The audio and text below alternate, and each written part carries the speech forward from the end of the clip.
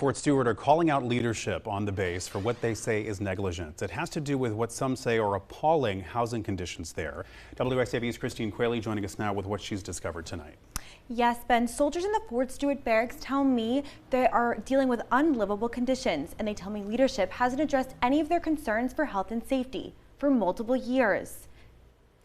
Knee-high floodwater, persistent mold, lack of air conditioning, and missing fire alarms. These are just a few of the conditions soldiers living in the barracks at Fort Stewart tell me they're dealing with.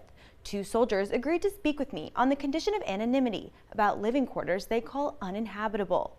They've also provided exclusive photos and video to WSAV.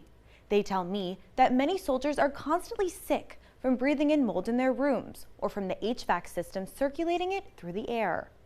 I'm sick maybe twice a month just with the same issue, chest cold, that I've been told from our doctors that it's likely from mold or what's in the air that's coming through our HVAC system. Soldiers were hospitalized, and even when they were hospitalized, they were told to move back into that room that they were in.